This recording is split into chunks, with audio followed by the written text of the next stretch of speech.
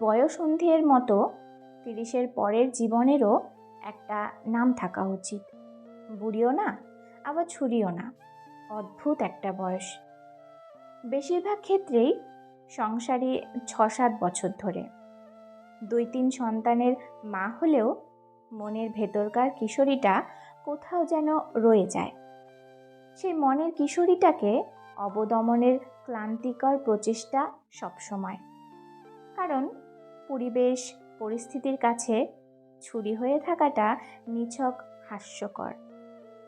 যা পাওয়ার ছিল আর যা পাওয়া হয়নি, মনটা হিসেব নিয়ে বসে না চাইতেও। কত ব্যস্ত থাকা যায় সংসার, রান্নাবান্না কিংবা অফিসে। দিন শেষে না পাওয়াগুলো কেমন যেন খোঁচাতে থাকে। দিন শেষে মনে হয় কেউ থাকুক, কেউ শুনুক মনের সব কথা, কোনো জাজমেন্ট ছাড়া। এদিকে সংসার, বাচ্চা কাচ্চা করতে করতে জীবনটা বন্ধুহীন হয়ে যায়। সবাই যার যার মতো ব্যস্ত, কিংবা 30 পেরোনো তারাও ব্যস্ততার নাটকই করছে। 30 পেরোনো মেয়েরা একটা কঠিন রোগে ভোগে, নস্টালজিয়া। কারণে অকারণে শুধু পুরনো কথা মনে হয়।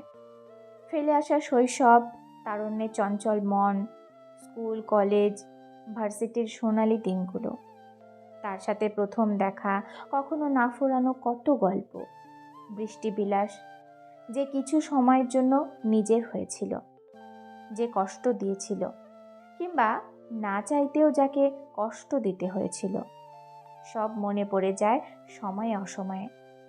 রাতের বেলা সব কাজ ছেড়ে আয়নার সামনে দাঁড়ালে বড় অসুন্দর মনে হয় নিজেকে। চুল পড়ে অর্ধেক, মুখে বলি রেখা সবে আঁকিবুকি শুরু করেছে। এক সময়ের মেধহীন শরীরটা স্বপ্নের মতো লাগে। পেটে স্ট্রেচ মার্কের দাগ, সব মিলিয়ে ভীষণ অনাকর্ষণীয় লাগে নিজেকে। সেই বিষণ্ণতা ঢাকতেই হয়তো শাড়ি গয়নায় মেতে থাকতে চাওয়া মেয়েদের। জীবনের অর্ধেকটা পার করে এসে 30 পেরোনো মেয়েদের দুর্নিবার প্রেমের ইচ্ছা জাগে। না, প্রেম করার জন্য প্রেম না, মনে হয় কেউ থাকুক, কেউ শুনুক সব কথা। আবার কারো আকর্ষণের কেন্দ্রবিন্দু হতে মন চায়। মনটা আবার সব নতুন করে শুরু করতে চায়। মন নতুন কাউকে চায় না, পুরাতন মানুষটাকেই আবার নতুন করে চায়।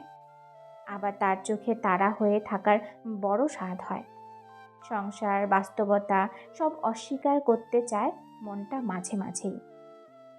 30 পেরোনো মেয়ের বাবা মায়ের কথা খুব মনে পড়ে।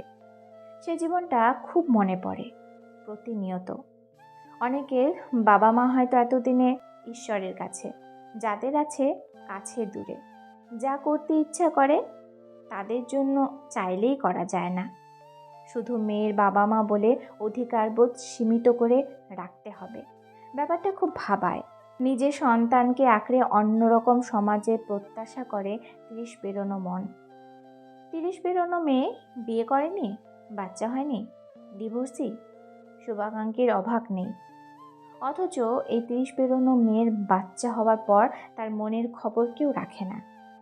বিয়ের পর মেয়েটা কিভাবে অ্যাডজাস্ট করছে নতুন সংসারে, কে কবে জিজ্ঞেস করে।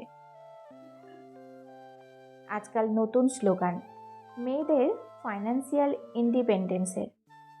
30 পেরোনো মেয়েটা বুঝে যায় এই ইন্ডিপেন্ডেন্সের সাথেও অনেক কিছু হারাতে হয়।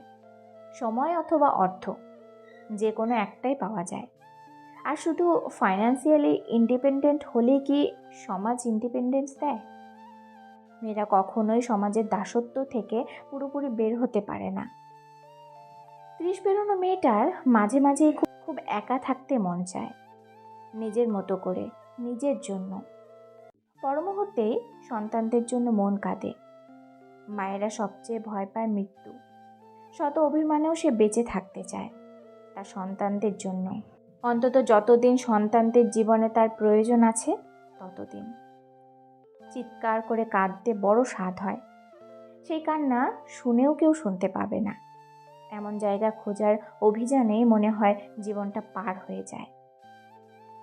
ত্রিশের কাছে এসে মেয়েদের সবুজ মনটা আস্তে আস্তে নীল হতে শুরু করে।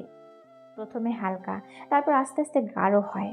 একসময় বেশি কথা বলা মেয়েটা চুপচাপ হয়ে যায়, মেনে নিয়ে বেঁচে থাকা শিখে যায়।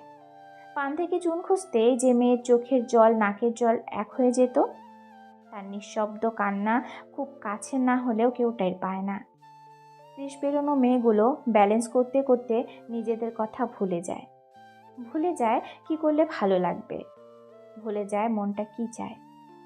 30 পেরোনো শরীরটাও আগের মতো সাপোর্ট দেয় না। 2-3 বার করে 8-9 দিন না, 9 মাস পেটে রাখা সহজ নয়। অপারেশনের ধকল, মেরুদণ্ডে দেয়া ইঞ্জেকশন শরীরটাকে অকেজো করে দেয়। ভাঙা কোমর নিয়ে দিব্যি রান্নাবান্না, বাচ্চা দেখাশোনো, ঘরে বাইরে কাজ, জার্নি সব করে যায়। সবার বাড়িতেই বয়োজ্যেষ্ঠ কেউ না কেউ থাকেন অসুস্থ। তাদের অসুস্থতার কাছে নিজের কষ্টগুলো নস্যি ভেবেই মেয়েগুলো কষ্ট সহ্য করে, কিংবা কে কি ভাবলো সেই চিন্তা।